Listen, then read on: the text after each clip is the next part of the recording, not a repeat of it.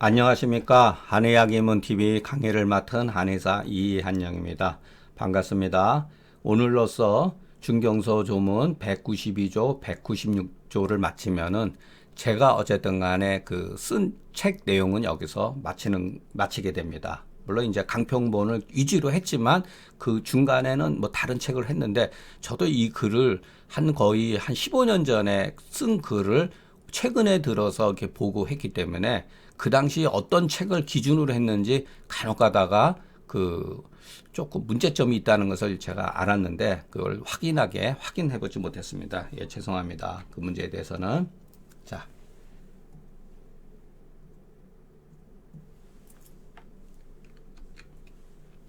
통맥사역과 저담즉탕. 토가 마치고 하리가 끊어진대. 이렇게 단자를 썼다가 하는 거는 그냥 조금 용어 자체가 좀 살벌해요. 하리가 끝인데 이렇게 쓸 수도 있죠. 토이 하지한데 뭐 이거는 조문에 있는 거니까 토이 하리한데. 그러니까 구토증과 설사증이 없어졌다는 거죠. 이와 같은 것은 없어졌는데 땀을 흘리면서 골한다. 자, 이것도 걸로 이렇게 표현했지만 땀을 흘리면서 우리가 개지가 부자탕조면서 어떤 게 있었어요? 진액 손망으로 인해서 예를 들어서 그 수루부지하고 신체 동통, 사지 미급 이런 게 있었잖아요. 그게 뭐냐면은 땀을 흘린 것은 발표제, 그러니까 사기가 표 위에 있을 때도 한출하는 경우도 있지만 망양으로 인해서 그 우리 몸의 체온이 떨어지면서도 땀을 흘린단 말이에요. 땀을 흘리면서 골증을 나타내는데 결국은 이 자체가 그 망양이라고 하는 거, 우리 몸의 정상적인 그러니까 체열이 부족한 상을 말하는 거죠. 그 사지가 미급하고, 그러니까 수족골랭하고 이런 거죠. 그리고 맥이 중요한 거는 없다. 끊어지려고 한다. 맥이 미하다. 그거보다 더 욕절이라고 했으니까 이렇게 극단적인 맥이 미한 것도 부족해서 극단적인 표현을 썼다는 거. 그렇기 때문에 이런 것은 사역탕만 가지고 안 되고 저담집을 이렇게 쓸 수밖에 없는 거다. 그러면 왜 여기에 저담집을 쓰려고 했는가? 왜 욕절이라고 하는 것을 이렇게 맥에서 강조를 했는가? 우리가 생각해 볼 필요가 있습니다. 통맥사역탕은 사역탕에다가 저담집을 합방한 거죠. 혹자가 누군가 주장하기를 통맥사역탕으로 회양으로 여기고 A로서 B로 삼다. 여기다. 저담집으로서 자생음혈로 여겼다. 이 처방에 대한 이것을 이렇게 해설하는 거예요. 근데 이것은 틀렸다는 얘기는 아니에요. 이것은 다소 문제가 있다. 그러니까 혹자는 뭐라 그랬냐면은 그 사람이 탈핵망향이 극해가지고 그러니까 우리가 탈진 상태로 빠지면서 망향으로 증상이 가지고 있는 거예요. 망향으로. 이것이 증상이 심하게 나타났을 때 생명이 경각에 있는 상황이다. 이럴 때는 저담집을 가해서 이게 참 멋있는 말이에요. 이게 저는 이해가 돼요. 약성을 억눌려서 흡수를 잘하게 한 거다. 이것은 차원율이다. 이 말에는 이치가 있다. 설득력이 있다. 이 소리예요. 자, 우리가 그 어떠한 불의의 사고로 인해 가지고 사람이 굴에 갇혀 가지고 보름 한 달 보름 물만 먹고 이런 사람들을 밥을 주거나 고기 주면 어떻게 되겠어요? 그 사람 죽어요. 살살 흡수가 잘 되게 하기 위해서 목숨이 경각에 있다 하더라도 예를 들어서 살살 미음, 죽 이렇게 하면서 이틀, 3일 하면서 우리의 그 신체적 구조가 정상으로 어느 정도 회복된 다음에 좋은 어떤 영양제라든가 좋은 음식이라든가 이런 거 하지 오랫동안 굶은 사람한테 갑자기 좋은 음식을 고기 막 주고 해보세요. 그 사람 탈나고 잘못하면 진짜 위험하고 죽어요. 그렇기 때문에 이와 같은 위급한 상황에 있어서는 쓰고 싶다 하더라도 약을 약간 부드럽게 눌러가지고 약이 흡수가 잘 되게 해야 된다. 이것은 뒤에 가서 바로 또 하나 설명하겠습니다. 간혹, 그런데 자, 간혹 가다가 걸랭 급증자에게, 이거는 제가 경험했던 얘기고 책에도 나와 있어요. 다른 책에도. 자, 굉장히 걸랭증이 심해요. 걸랭증이 아주 몸이 굉장히 냉해요. 부자재를 써야 돼. 아주 그냥 뜨거운 약을 써야 돼요. 급히 열성의 극약 심한 약성을 복용하거나 반대로 열병이 굉장히 심한 상태에서 급하게 강한 찬약성을 복용하게 되면 그 약물을 거부반응에게 반발해요. 이럴 때는 중화제나 약간의 발산제를 쓰면 게 좋다. 이거는 제 경험적 사실이에요. 어떤 사람이 제 환자인데 흉중열 이래가지고 막 상충증도 심하고 그래가지고 그 백호탕에다가 소위 말해서 그 황금, 황령, 대왕 이런 약을 쌌어요. 잘 들었어요. 근데 어느 날 오시더니 막 선생님 원장님 막 힘들어 죽겠다. 열이 더 오른다는 거예요. 열이 얼굴 빨개져 가지고 막 그랬다는 거예요. 그래서 거기에 약간 이게 발산제라 그러지만 저 같은 경우는 여기다가 오히려 강화라고 방풍 조금 그냥 합방했어요. 다소 발산제. 그러니까 가라앉더라고요. 요거는 일종의 약에도 여러분 간첩이 있어요. 그러니까 간첩이 뭐겠어요? 이쪽 편도 아니고 저쪽 편도. 자, 내 몸의 병이 열이 굉장히 심해요. 찬약을 딱 집어넣으면은 찬약이 자기와 다른 성분이라는 것을 알아요. 우리 몸 자체가. 그 때문에 일시적으로 거부 반응을 나타낸다는 거예요. 그것이 병증을 유발시킬 수도 있고. 그렇기 때문에 약에 약간 간첩과 같은 행동을 할 수 있는 약을 집어넣어 가지고서 혼란을 일으킨다는 거예요. 이건 뭐 어떻게 보면 소설이죠. 그런데 현실적으로 그런 게 있더라고요. 이것은 제가 그 경학전서를 공부하다가 경학전서에 나오는 거로 제 기억으로 찾아보지는 못했지만 제 뇌리에는 이게 남아 있어요. 이런 식의 간첩이라고 하는 거. 약에도 이와 같은 것이 있다는 거. 어떠한 현상에 대해서 우리가 몸이 차가운데 뜨거운 약을 쓰는 게 정당인데 오히려 반발하는 경우가 있다는 거예요. 그럴 때는 감초라든가 이런 보다 더 부드러운 약재를 넣어서 그것을 급할수록 우리가 돌아가라는 말도 있듯이 약에도 그런 것이 있지 않겠는가. 예. 쓸 수가 있다. 그러니까 중화제나 다소 발산제를 쓰면은 약의 효과가 훨씬 약간 중화된다는 거. 예. 상충이 흉중에 열이 있다 하더라도 약간의 발산제를 쓰면은 흉중의 열이 그 반발작용을 일으키지 않고 찬약에 대해서 반발작용을 일으키지 않고 오히려 치료가 되는다. 예, 이것을 참고하는 것이 이거는 제 생각이니까. 그러나 경학전서의 나름대로 이것은 한번 생각해 볼 필요가 있다. 그렇기 때문에 급할 때는 돌아가라. 이런 뜻으로 받아들이는 게 좋을 것 같습니다. 자, 요 조문은 이제 또 마지막 어떤 대병 적인데 대병차후 과연 대병이 무엇이냐? 대병이 어느 정도 차도가 있은 뒤에 노복자, 그러니까 과로한 일을 다시 한 거죠. 자기가 병이 낫다고 생각하고 좀 더 요양을 해야 되는데 요양하지 않고 힘든 일을 했다고 봐야죠. 문자 그대로. 일단 지실치자탕을 쓴다.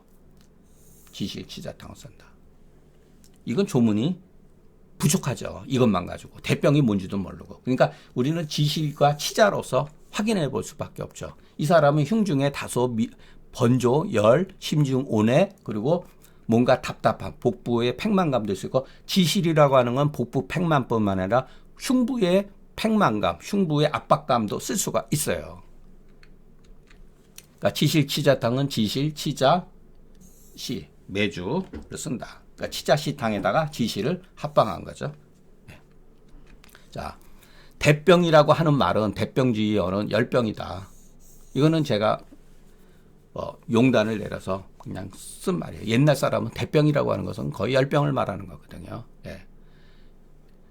이 사람이 어떤 수족 걸랭행도 몸이 아주 체가 망향증도 대병이라고 할 수는 있는데 이런 말을 할 때는 주로 열병이 아니겠냐. 왜냐하면 처방을 보면은 지실치자탕을 보면은 열병의 후유증이죠. 이것은 열병의 후유증이 아직 해소되지 않은 상태에서 과로한 노역한 후에 심중이 온해하고 흉만자 이와 같은 증상이 있을 때 쓰는 게 좋다. 56조문을 참고하면 상한 하후 심화번 복만 기와 불안자는 치자 후박탕을 주지라. 이것을 참고해 보면은 여기 때는 후박을 썼고 여기에는 지시를 썼는데 조금 다르죠. 그런데 여기 이 병에다가 치자 후박탕을 쓴다고 한들 여기에다가 지실 치자탕에다가 또 치자 후박탕을 쓴다 한들 큰 임상적으로 그게 과연 큰 차이가 있겠느냐. 저 같은 경우는 지실 후박을 다 쓸 수도 있는 거니까. 그러니까 그때 상황에 맞춰서 해라. 그러니까 대병이라고 하는 말에 현혹될 필요가 없다는 거예요. 궁극적으로. 그러니까 이런 증상이 나타나면 노역이라는 말도 의미가 없는 거예요. 다만 열병 후유증으로 해서 몸이 회복되지 않은 상태에서 무리를 하게 되면은 이와 같은 병증을 야기시킬 수 있다고 하는 것은 우리가 인식을 하고 인지를 하고 대비책은 알고 있어야 돼요. 대비책. 그러니까 이럴 때는 지실 치자탕이라든가 치자 후박탕을 쓸 수가 있다라고 하는 것을 항상 어떠한 거에 대해서 예후를 알고 그 예후에 대한 처방을 마음속에 준비하고 있으면은 어떠한 그 환자를 볼 때 불안한 마음이 해소가 된다는 거예요.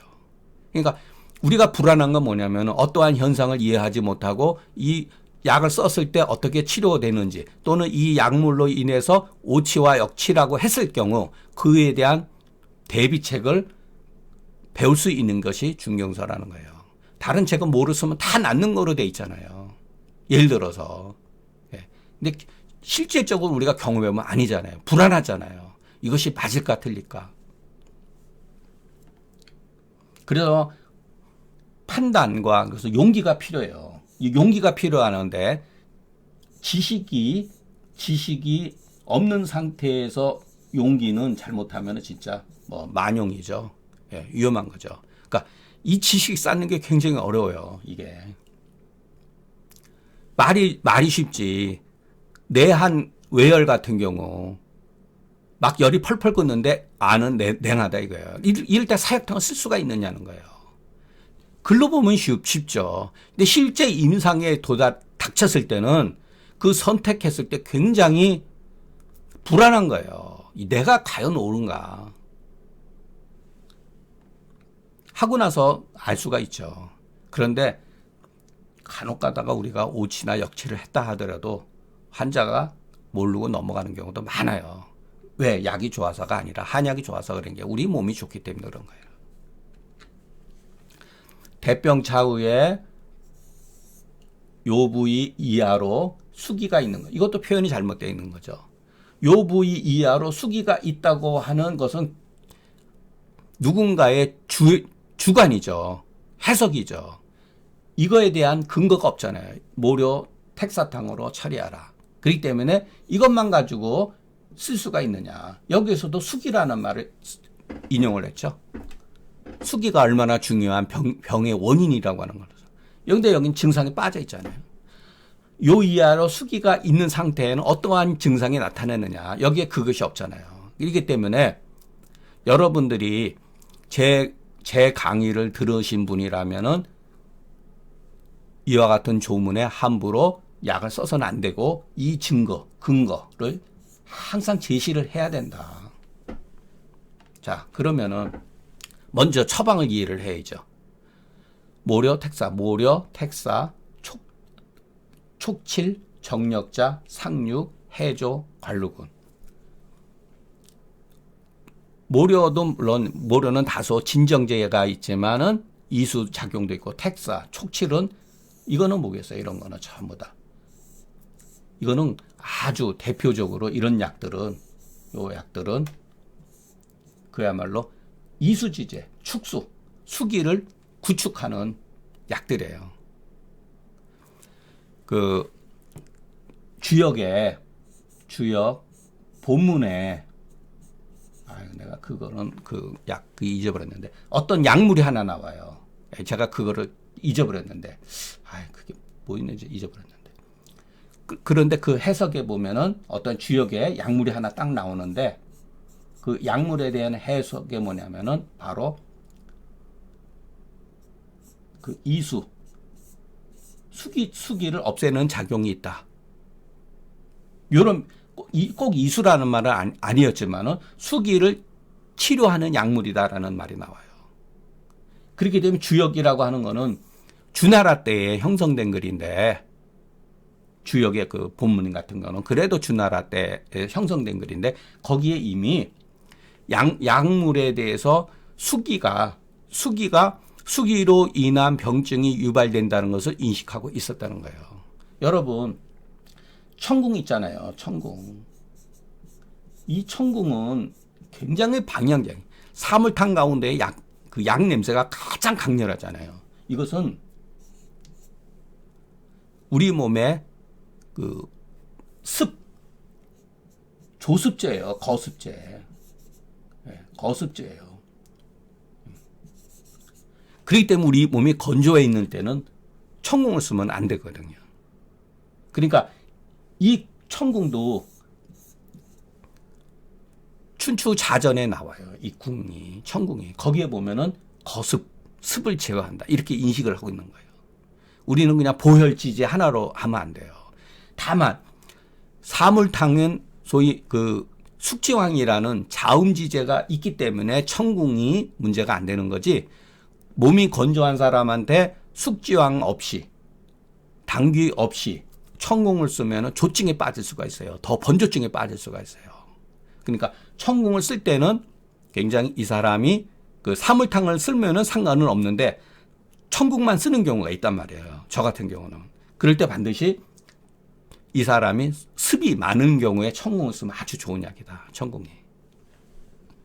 그러니까 이런 건 전부 다 그 옛날 사람들이 연구해 가지고 정력자니 상육이니 해조니 이런 것들은 수기를 치료한다. 자, 우리 과루근이라는 게 천하분이잖아요. 예, 갈증이 있다는 거예요.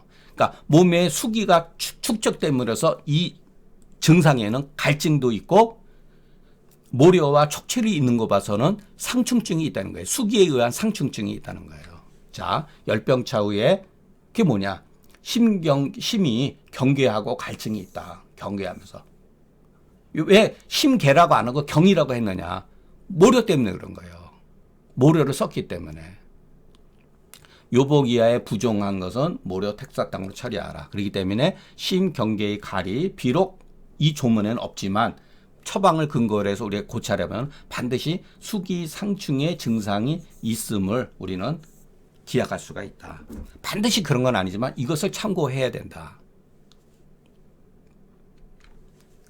이중한 대병차후에 참 이 조문도 굉장히 단순하지만 뛰어난 거래요.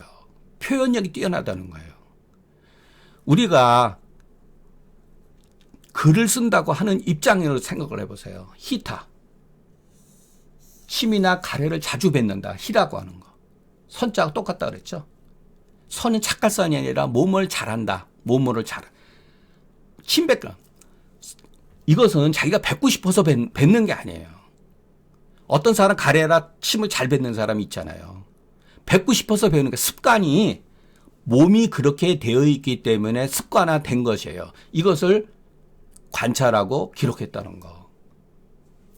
오랫동안 이렇게 뭔가 이렇게 분명하지 아니한 경우는 가래나 침을 택택 뱉고 오랫동안 이렇게 편치 않은 것은 위에 한이 있는 것이니 위상유 하나니.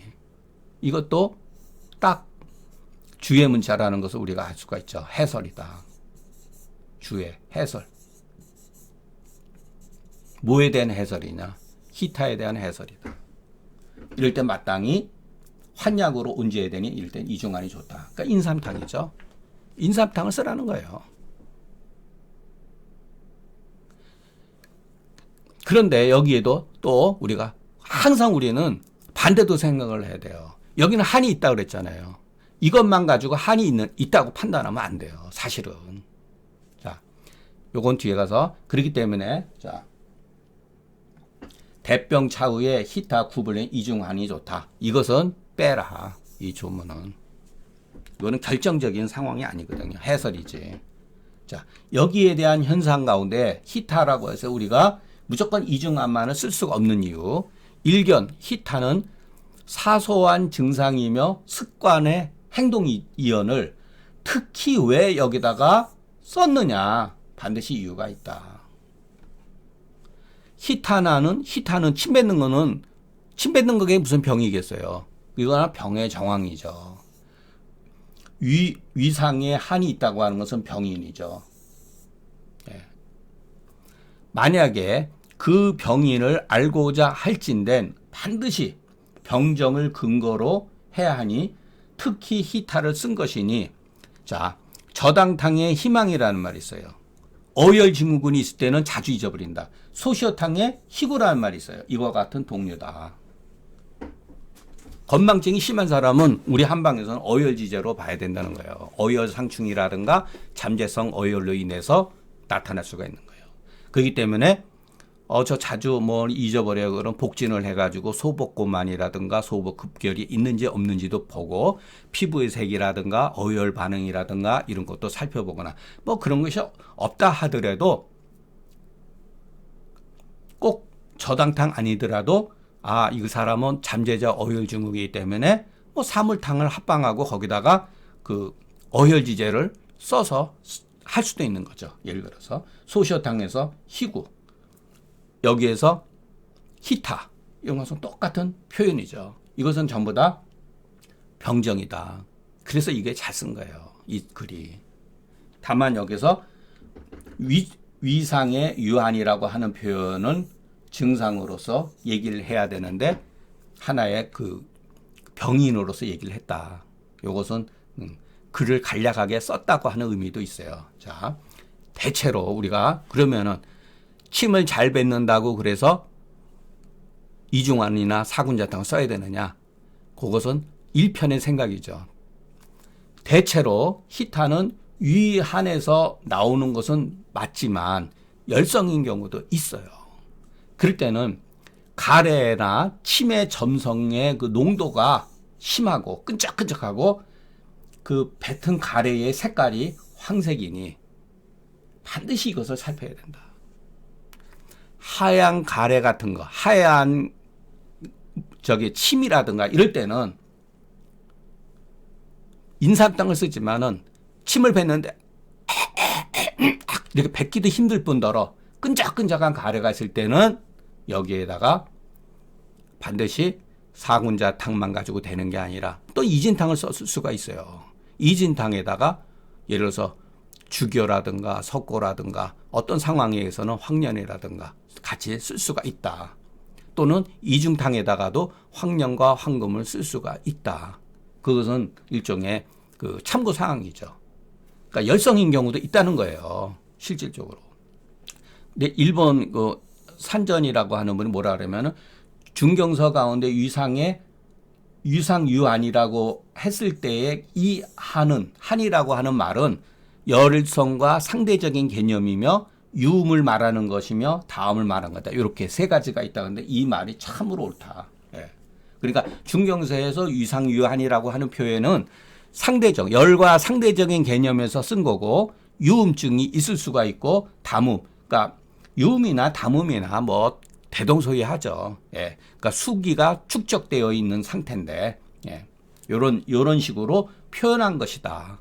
이 한이라고 하는 의미는. 예. 요거는 참고사항인데 저는 굉장히 의미가 있다. 그렇기 때문에 우리가 침을 잘 뱉는 사람은 대체적으로 위에 그 소화기에 그 한이 많다. 수기가 정체된 그 한수로 인한 것이다라고 볼 수도 있지만 거기에 열성이 수반되어 있는 경우도 의외로 많다. 그럴 때는 여기다가 황금이라든가 황년을 같이 첨부해 쓰거나 저 같은 경우는 무슨 뭐 주교 온담탕에다가 뭐 석고를 쓴다든가 이런 식으로 하는 경우도 있어요. 예. 자, 요게 마지막 조문인데 요것도 언뜻 보면은 우리가 그 글의 함정에 빠질 수가 있어요. 상한이 해소가 된 후에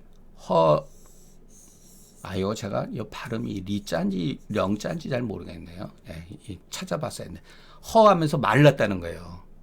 아주 그렇게 수척하고 말한다. 자, 소기하고 숨소리가 아주 가늘어요. 근데 기가 역하면서 토증을 일으킨다. 이럴 때는 주겹 석고탕으로 치료한다. 이것과 이거는 맞지가 않죠. 이거를 잘못 해석하면은 몸이 허약한 사람으로 취급할 수가 있어요. 이게 크게 이 허 때문에 그게 아니에요. 이게. 주겹 석고탕은 결코 만만한 얘기 아니에요. 처방 내용을 보면은. 그러니까 이 허라고 하는 게 뭐냐? 왜 이 사람이 몸이 말랐느냐? 허에서 마른 게 아니에요. 이게. 자, 이거에 대한 해석 우리가 주겹 석고탕, 주겹 석고, 맹문동, 바나, 갱미, 인삼, 감초 아주 좋은 약들이죠. 소위 말해서 자음지제죠. 대표적으로 청열 자음. 청열 자음 시켜주는 약이죠. 거기다가 바나가 있으니까 거담. 주겹은 주겹 같아서 소담, 지갈. 이거 아주 현대인들한테 스트레스 많이 받고 이러는 쓸 수가 있죠. 이런 거는. 자, 여기서 허리의 이 허는 허열로 여기기보다는 차라리 열병 후유증으로 이해하는 게 낫다. 그것은 뭐냐면은 그 잠복된 열로 인해서 계속 오랫동안 열병에 시달리잖아요. 잠복된 열로 인해 가지고 체액이 소모되고 필이 초췌하게 된다. 우리 몸에 체액이 소모가 되고 몸이 말라요. 삐쩍삐쩍 말라요. 피부 색깔도 검해질 수도 있고. 이럴 때 조담이 왜 조담이라고 했느냐? 조담이 상충한다. 담은 담인데 건조해진 담이라니까 습담이 아니고. 그리고 소기가 시름한다. 이런 건 뭐냐면 전부 다 열병의 후유증이에요. 욕토 발작성 해소자는 주겹 석고탕을 쓰는 게 좋다. 그렇기 때문에 이 허리라고 하는 거는 허열이 아니라는 거예요. 열병의 후유증으로 우리 몸이 초췌하고 마르고 의외로 이런 증상이 현대인들한테도 종종 있어요.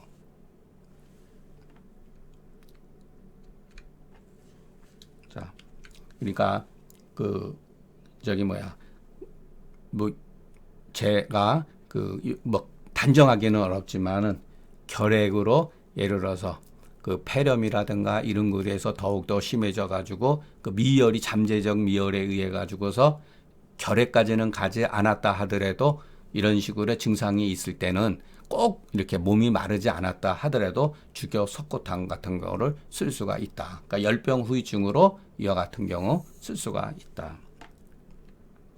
자, 그동안 강의를 경청해 주셔서 진심으로 감사드립니다. 그리고 사실은 이제 강의는 끝났는데 다음에 제가 처음에 자서 1편이 그 편집하는 과정 중에서 제 글은 사실은 자서 1편에만 편집을 했고 나머지는 하나도 손을 대질 않았어요. 있는 그대로 실수하면 실수하는 대로 문제점 그대로 노출시켰는데 자서 1편은 그 제 아는 분이 편집을 해 주셔서 너무나 고마운데 여기에 중요한 제가 말하고 싶었던 것들이 이렇게 좀 이렇게 뭐랄까 잘린 부분이 있더라고요. 그래서 제가 자서 1편에 그 처음 것만 다시 한번 강의를 해서 올리겠습니다. 그때는 제가 사람들 앞에서 말도 잘 못하고 사람들한테 이렇게 나서서 말할 수 있는